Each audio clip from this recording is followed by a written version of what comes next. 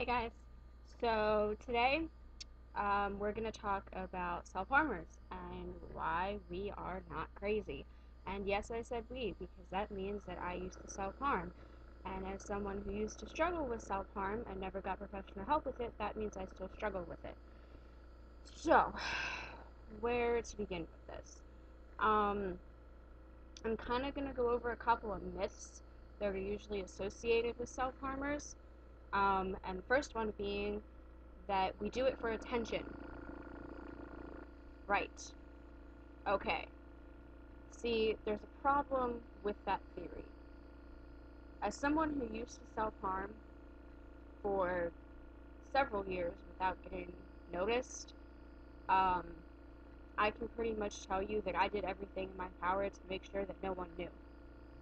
And that includes wearing long sleeves, wearing bracelets, doing it on places of your body where no one will be able to see even when you have clothes on, using makeup to cover them up, making sure that even if you do wear exposing clothing, no one is going to see it because you're not going to be put in a safe situation where someone can see it. I don't really have to say any more on that. If we were doing it for attention, which, yes, there are people that do it for attention, but not necessarily in the way you think. It's more about a cry for help and not knowing how to directly say those words. There are people that have trouble saying mom, dad, grandma, aunt, Susan, I'm depressed and I need help. Because people make us feel like we can't say that. So some people resort to self-harm for that because they feel like they can't go to anyone because they feel like they'll get laughed at or they'll get brushed off or they'll say, oh, well, depression isn't a big deal. You're just sad. You can snap out of it. Just stop being sad. Thanks, because that's helpful. And when we get those kind of responses, you're telling us that we're not important. And you're telling us that our problems don't matter. And you're telling us that you don't want to be bothered by our problems. So we resort to hurting ourselves. And honestly, that's something that I can't really describe to you unless you've been there. And if you don't struggle with depression or anxiety or other disorders, then you don't really know what it's like to want or to need to hurt yourself. Now, I know for me, the reason I started was because I never felt like I was good enough. I was being emotionally abused by my mom. My grades were never good enough. House was never clean enough. Whatever it was. Nothing was ever good enough. I tried my hardest and it still could have been better. And I was dating a guy at the time who decided that cheating is okay. And he cheated several times. And that kind of just hit me like, I'm not good enough for you because you have to go to other people. And you're interested in other people, and yet you're still with me. So clearly I'm not enough for you. And feeling like you're not enough fucking sucks. Okay? It completely tears you down as a person. And that's exactly what it did to me. And since I felt like I wasn't good enough, I decided that it was okay to start hurting my body. And it was okay to continue to make myself feel like I wasn't good enough. And I mean, now I know that that's not okay. I know that you shouldn't do that, and I know that it's not a healthy alternative. But when you're driven to the point that you feel like hurting yourself is the only way that you can get through your day, that's a problem. And it's not always the person who's hurting themselves' fault.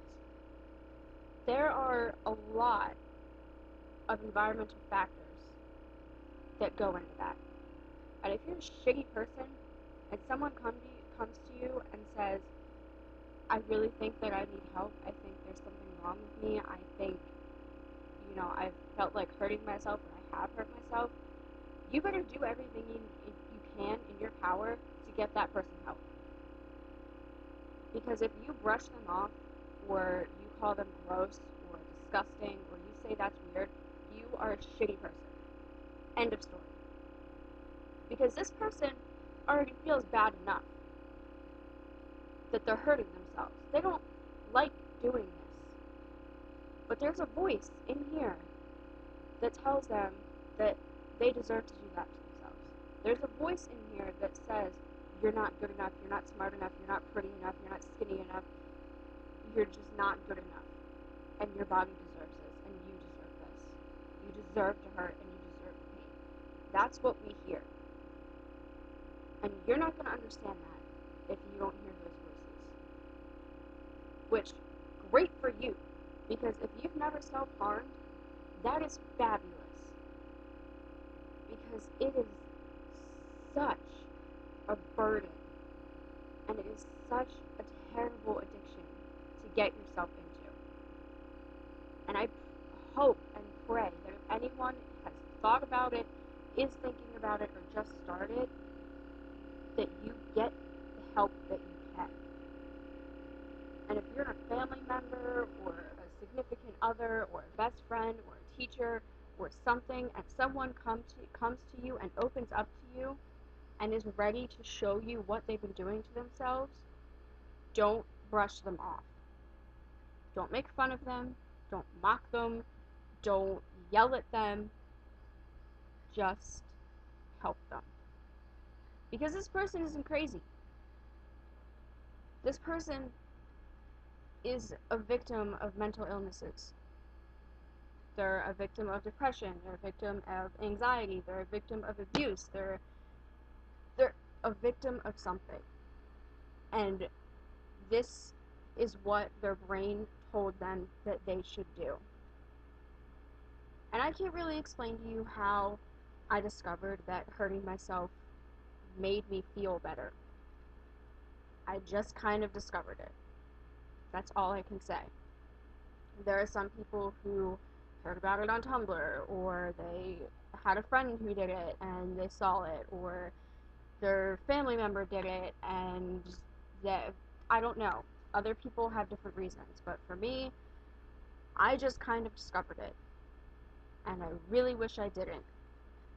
And I'm really, really, really sick of people being afraid to talk to someone about it because they are scared of how they're going to get treated. And I really hate when I hear people call people who hurt themselves disgusting, or gross, or weird, or emo. Okay, first of all, this emo thing, term, emotional. It means emotional. If you are a human being, there's a 85% chance that you're emotional. You feel emotions. You feel happy. You feel sad. You feel angry. You feel hurt. You feel embarrassed. You have emotions and you feel them. That's it. This emo shit is nothing. There's no such thing. And if you're someone who tells someone who hurts themselves that they're anything but important and loved, you're doing it wrong. And I know how hard it is to see someone you love who hurts themselves, because you want nothing more for them to stop, and sometimes you really don't know what to say.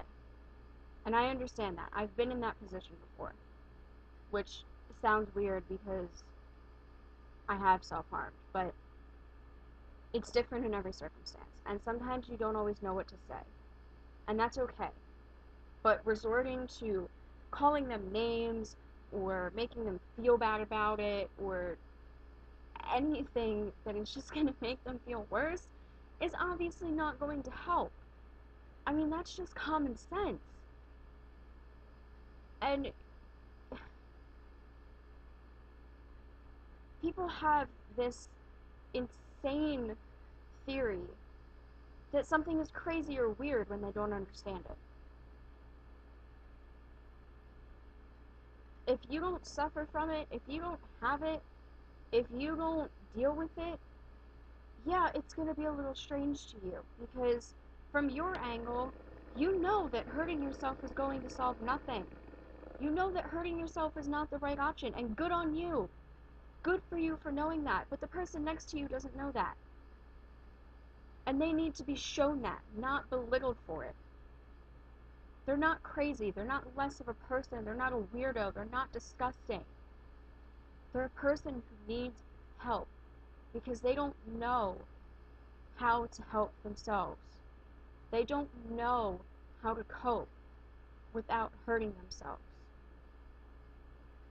So if you're someone who knows someone who self-harms, or is thinking about it, or has struggled with it, let them know that you care. Let them know that they're not crazy. And let them know that there are better alternatives. There are healthy alternatives. And whatever pain they're going through, it's not going to last. And that's probably one of the most important things I can say, is that it hurts right now. Because like John Green says, it hurts because it matters. It hurts right now. But I can guarantee you, when you look back a year or 5 years later on this moment, you'll realize it probably doesn't even matter. Or it's not as big of a deal.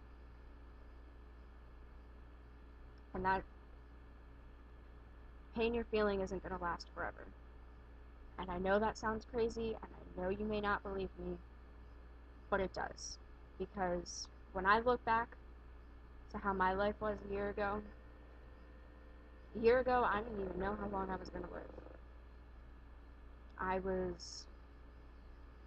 Well, actually that's not true. A year ago I was graduating, but a little over a year ago, I didn't know if I was going to live. And look where I am now. I'm standing here. So, let that sink into the people who do self-harm. And I hope to those of you who don't self-harm, and have ever called someone crazy for self-harming, that you think twice next time. Because the next time that you call a self-harmer crazy, or weird, or disgusting, you're hurting them more than they already hurt. And those mean comments are just going to cause them to hurt again, and hurt again, and hurt again. So unless you want to aid in that, which I don't know why you would, you better change what you're saying about them. Put yourself in their shoes and try to understand where they come from.